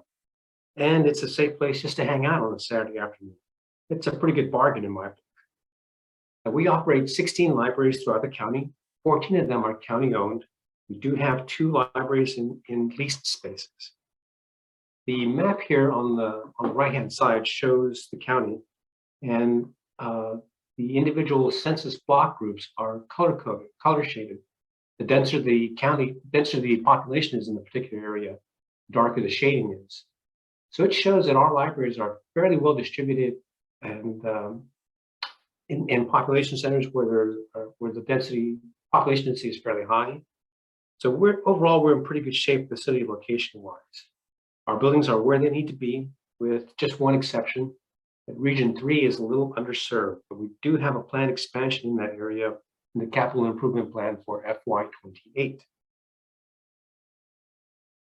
Now, all of our services are guided by our strategy 2023, which we developed in October of 2018. Our vision, we see Anne Arundel County as a welcoming, resilient community where all can realize life to its fullest potential. To make that vision a reality, our purpose, what we used to call our mission, what we are charged to do, is educate, enrich, and inspire.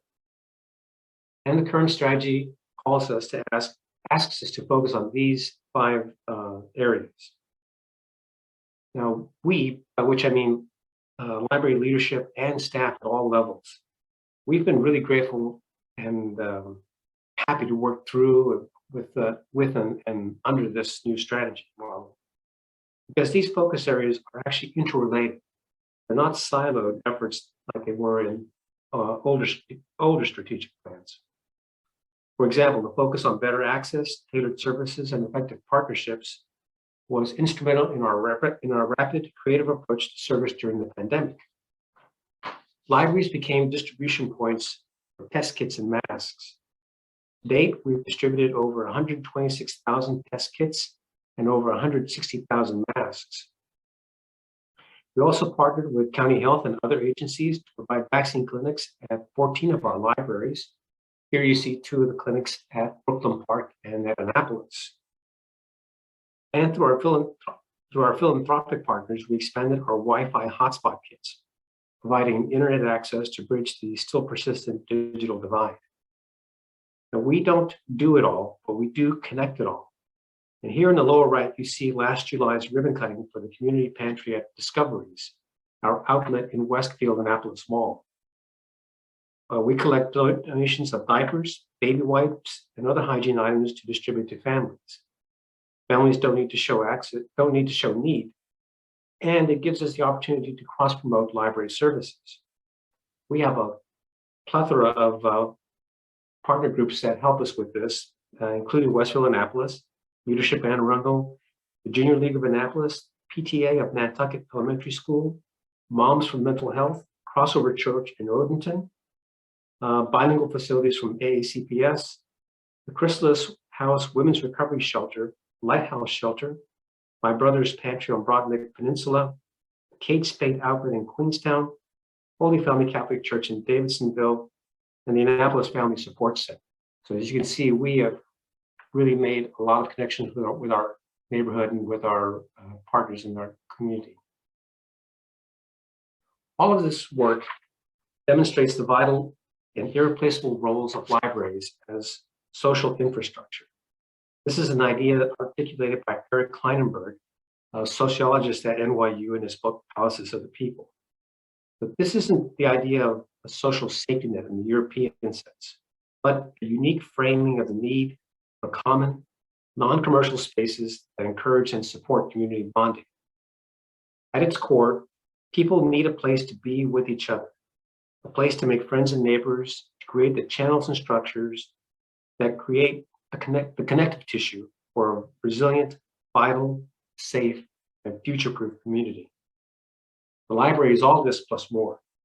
It's people in place that magically create a platform for all of these aspects of community building and interaction. So this topic by itself is easily an hour-long seminar, which we won't go into in any detail right now, but I will provide links to some information for this for your further exploration later on.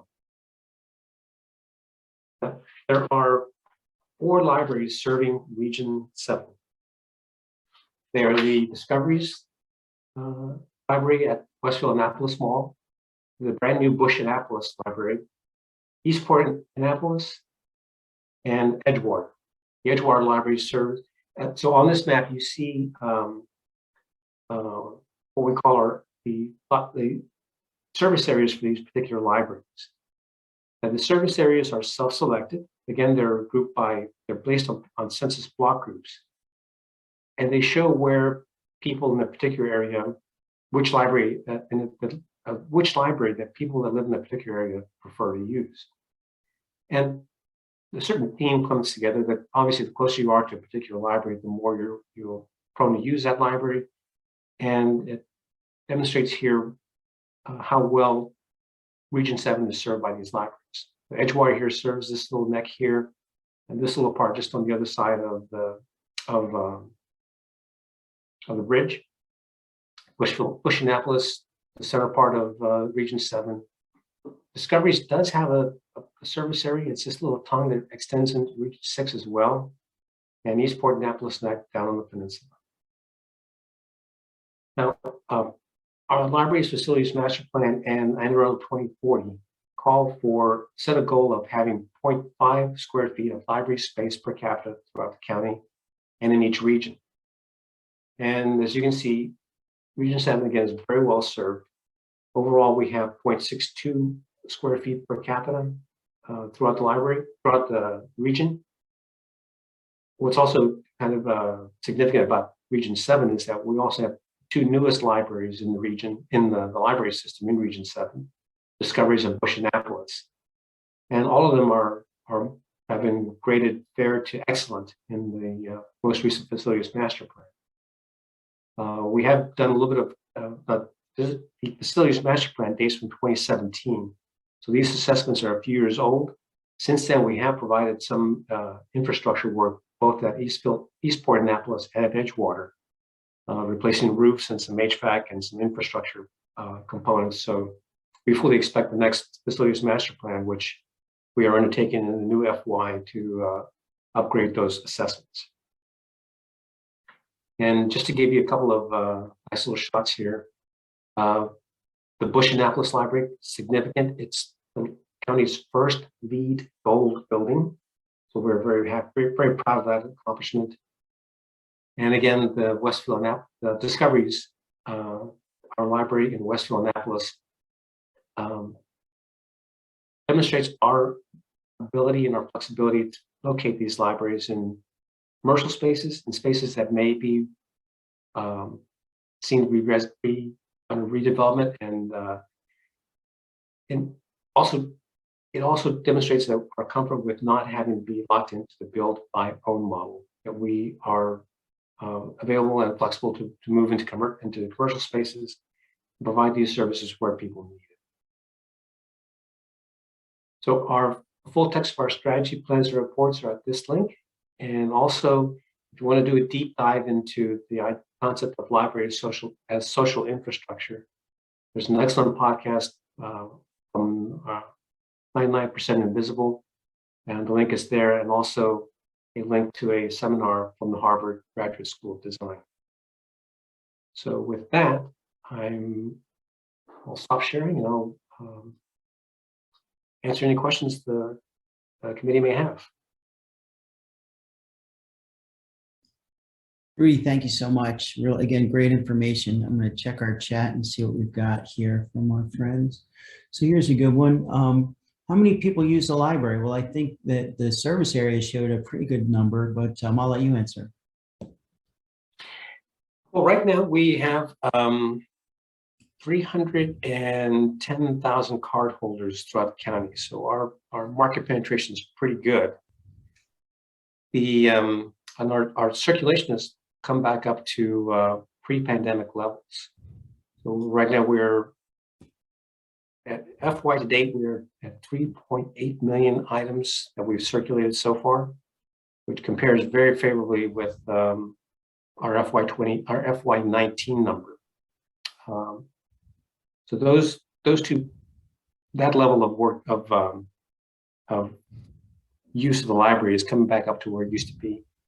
Of course, the pandemic did put a pretty big dent in our visitation. We couldn't have people in the building as frequently or as closely as we used to, but that number is also coming back up as well. Just as a side note, I was able to give a tour to a visiting delegation from Kazakhstan at our Annapolis Library, group of educators there. And I was amazed. I was blown away by how full the library was. We gave the delegation a tour, and we were stumbling over people left and right. The same day we were there, there was also the The tax assistance program was in one of the meeting rooms, so that was going on. All 6 of the collaboration spaces were full of students. And at every turn, every corner, every reading area that we had set aside that we designed as a reading nook, someone was in there using it. So it was gratifying to me that the building was working the way it was intended to work, and that it's coming back to where we wanted it to be. So I was very pleased with it. I couldn't have planned that better. Yeah, that's great. So when we, we're so lucky that we have the new facility here in Annapolis. It's beautiful, and it's really a nice hub, and it's a great community resource. But what I see in these library facilities is they can really become almost a community center. They're a really great place for people to do a lot more than just come and borrow the, printed materials. It's a great place to have help with your taxes and to have meeting groups, or to exchange ideas, and to have a place for after school learning, all kinds of different things. And so I'm wondering, are you seeing a general shift in the role of what you did 10 years ago versus what you think you'll do in the next 10 years? Oh, absolutely. It is night and day. All the things you just listed, sir, that's exactly what the 21st century libraries are supposed to become. Where we're not a warehouse anymore. Before, we used to go to the architect and tell him, or tell them, we've got 75,000 books, design us a library, and that's pretty much all they needed to know. That's not the way we do it now. The way we built Annapolis and the way we're building Riviera Beach and all our new libraries is, the first step is to engage closely with the community and ask the community, what do they need? What is it that people in that area want to see in their libraries, and what services they're going to be looking for? So we designed the new buildings around people. Even though the new Annapolis Library is 32,000 square feet, 1.5 times the size of the old building, there are fewer items in it. Almost all of the new space was given over to public spaces, to places where people can just live, build community, be with their friends, engage in these programs, and enrich their lives in a safe, non-commercial space. You don't need a reason to be in a library. You just want to show up, and that's what we were there for. So that has changed the way we approach this. Again, we look mostly to what people need and what they're looking to do with their lives, and try to design the library and to meet those aspirations. And then my follow-up for that was, and this is just a real quick one, it's exciting to see, the repurposing, and we've talked so much about the mall because it is a big part of our region, and the repurposing of space in that, and you can almost see like what a great opportunity, because people are used to coming and going. They can spend time there and do the other activities they'd like to do at the mall, like eat or shop, and it's all a much more walkable thing. And so the old model where the mall did one thing, and the public sector provided another service that was unique and separate, the transformation of those uses together, I think, is really it's exciting. It's great to see, and it's a really pretty space. So well done. Thanks. Thank you, sir. Well done. So I don't see any other questions here on the library. And I think, Patrick, I think that brings us to Graham, right? Yes. Yeah. Thank you very much, Rudy, for your time and for your presentation. Yes, thank you. Thank you. And up next, I will let Graham Lange introduce himself. Good day. Graham Lange. I'm the strategic planner for the police department. My primary goals and objectives for the chief of police is to assess and articulate the legitimate staffing resources needed for the police department, and this is my little flowery statement, to effectively deliver law enforcement services to the citizens and visitors to Anne Arundel County. But I also, if anyone has been in the military or in police service, it's also duties as assigned. So I do a lot of administrative type research and reports and other things. So I wanted to show you, this is Southern District. So your area 7 falls within Southern District. Just so you could see it a little bit better, I also did a clip of the area so you could see a little bit closer. So Annapolis City bisects the county's responsibilities in your area.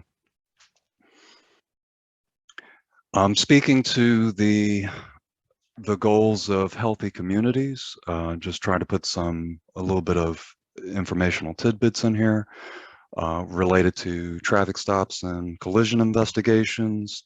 If you look at 2020, during COVID, we did have a distinct dip in the number of traffic stops that were done by officers and collisions that occurred out there. And we kind of, I don't like the idea of recovering, but we're kind of back up to what was happening on average before then, for last year. Our average response time. So these are the way I tested for the response time was, one, it had to be a priority 1 call where no one in the police department could stack a call, if you've ever heard that term used out there, or hold a call while officers complete what they're working on. So if it's a situation where there's a potential loss of life or a serious crime in progress, at least one officer is responding regardless. And on those calls, on average, it's around 4 minutes, and that 4 minutes has been hovering or been consistent for the last few years of the computer-aided dispatch test data that I used.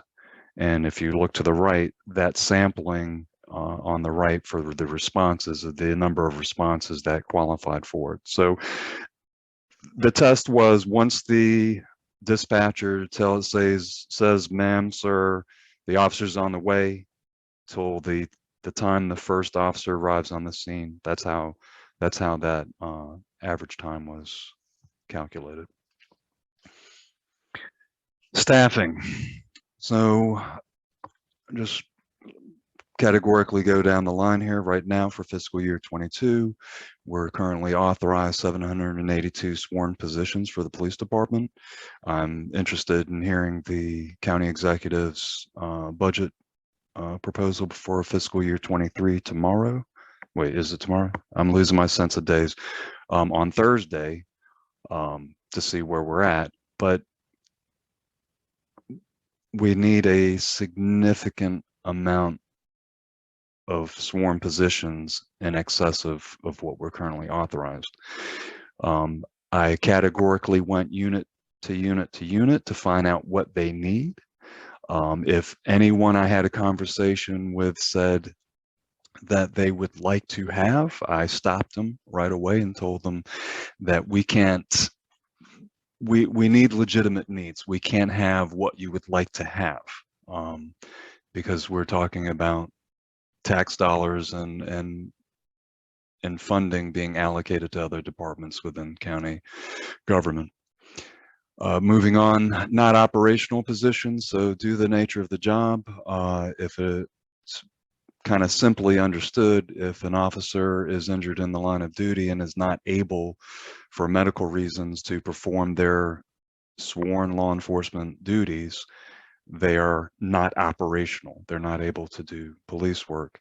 And on average, we have 32 officers at any given time that have been in a not operational condition for 30 or more consecutive days. This is not someone who has a cold. This is not someone even who had COVID, unless their time from being able to do law enforcement duties was 30 or more consecutive days. In addition to that number, We do have around 5 sworn members who are deployed with the military at any given time. And again, this is 30 or more consecutive days.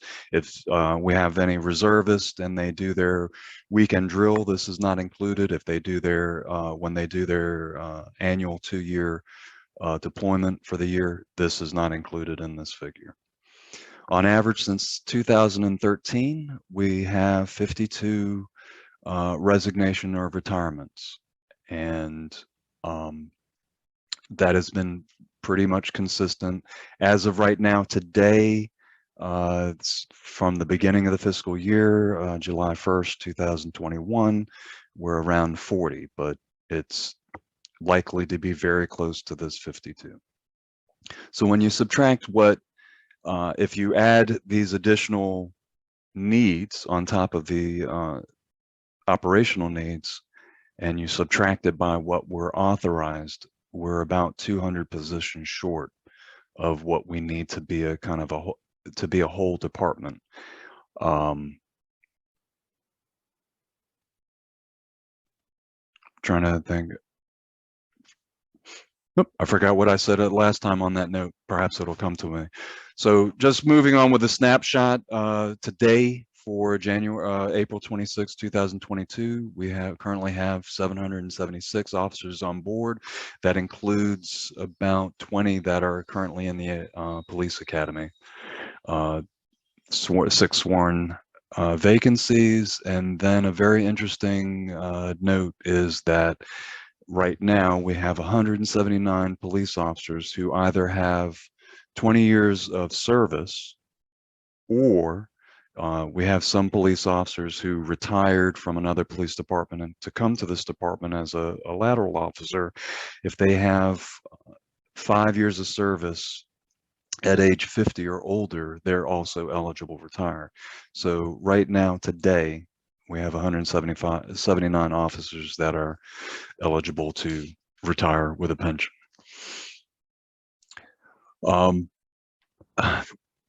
Plan 2040 is a very long-range strategic plan for the county, but the police department, on an operational basis, focuses on a 12-month period. So each year, the chief sends out procedurally a request to department heads and to any employee to suggest what the goals and objectives for the following year should be. And I invite you to go to the annual report, which is available on our website. I'll give you a quick, just easy find for it, which outlines what the department has done towards those, trying to meet or address each of those goals and objectives. Southern District Police Station falls in Southern District is in controls. That's not the right term. Operates in the area for your for District 7, although it is outside of District 7. I thought I would just note that it was that facility that's currently there was constructed in 2003. So there's no view on the horizon for any updates or renovations to it. One of the Healthy Communities goals spoke of warming and cooling centers. So each of the 4 districts do provide the community room that's outside the secure area of the facility as a cooling and warming center. So during extreme weather conditions, they're made available, and that is, if my understanding correctly, that's coordinated with the Office of Emergency Management. Back to staffing, each year I provide the chief and command staff with information to articulate what our needs are, and we present it to the county council and the county executive. In regards to community policing, the chief has increased the police and community together officers. Each of the districts has set a group of these officers who have a variety of tasks kind of focused on complaints and the needs of the community for kind of general nuisance, and maybe nuisance isn't the right term, but nuisance complaints. As of yesterday, I was speaking to PACT officers in Northern District, and they were assisting the traffic safety coordinator for the Northern District to do speed enforcement. But they're there to help mitigate any problems in the community. I also thought it would be useful to understand that the command staff meets on a daily basis. Those that can't make it in person meet via Zoom, just like we are now, and discuss all of the crime activity occurring across the county, and coordinate with each other to redeploy or alter the activity of officers to address those problems. So once again, the annual report is easily found on our website.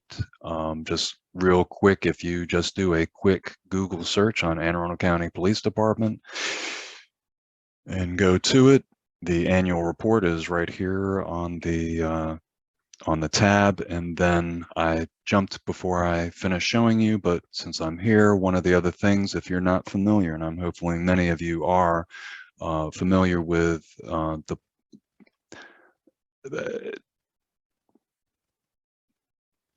sorry, I had it set.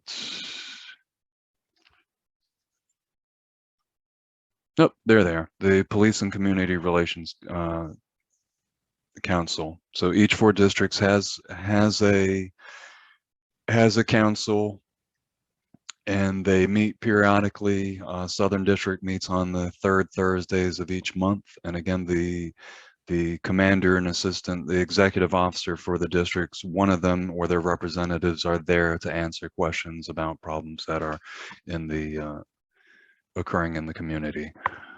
So with that, I will go ahead and open it up for any questions you may have.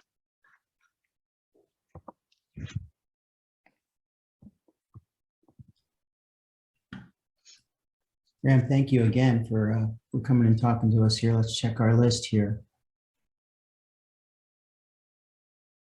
Patrick, I'm trying to see what we have here. Who is a traffic study coordinator for Region 7? That doesn't seem like it's related to you. Well, no, but if you give me a second, I will pull it up on my other screen and see who it currently is. But go ahead. I covered someone. Sorry, I had just stopped your screen sharing. So if you need to that's take fine. it back, There's nothing to show. That's fine. Okay. All right. So for Southern District, the traffic coordinator is currently Officer Stanley. Okay, great. Now, when we think about your staffing shortage there, as we look at the numbers, it looks like there's a pretty serious deficit from your vantage point of what we have versus what we need. And I can see your interest in County Executive Pittman's presentation on Thursday. But does that translate to an increased need for infrastructure in terms of stations or other built facilities or hubs that you feel the police department needs to do a better job? No, it has been my recommendation to and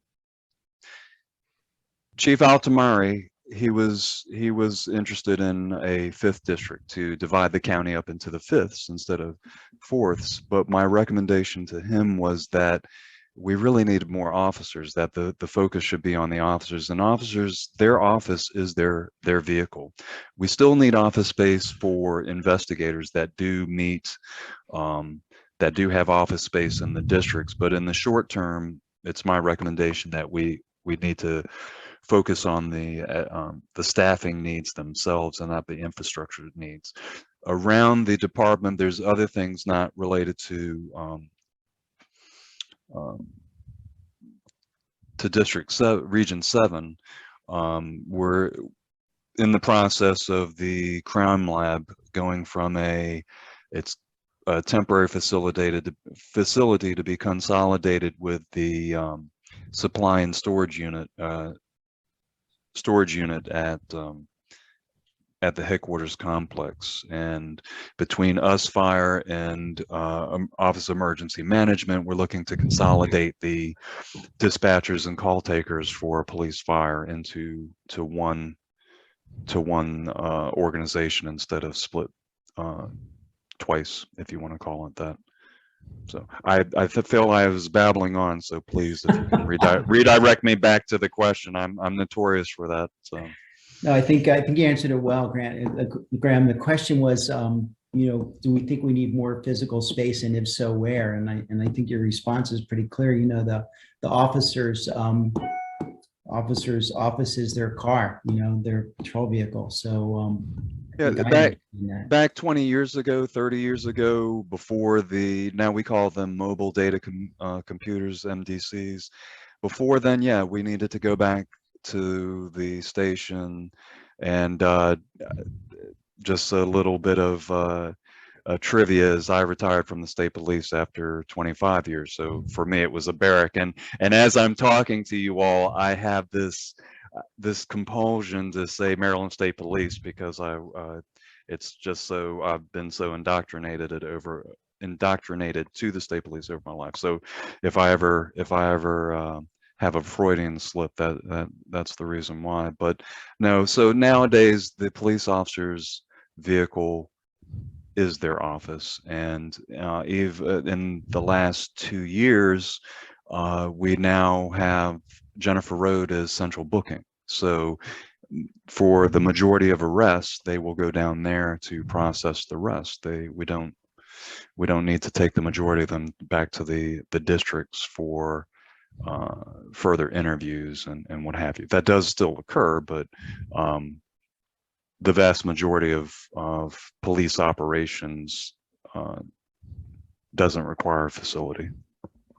Understood. Yeah, it seems pretty centrally located and of a good enough size to work for you, from what I'm hearing. So that's great. Well, I think where we are right now, first off, thanks for taking us through it and being so patient with us as we shifted things around so much today. But again, we will follow up with any further questions from our group or anyone else we get them from. So thank you.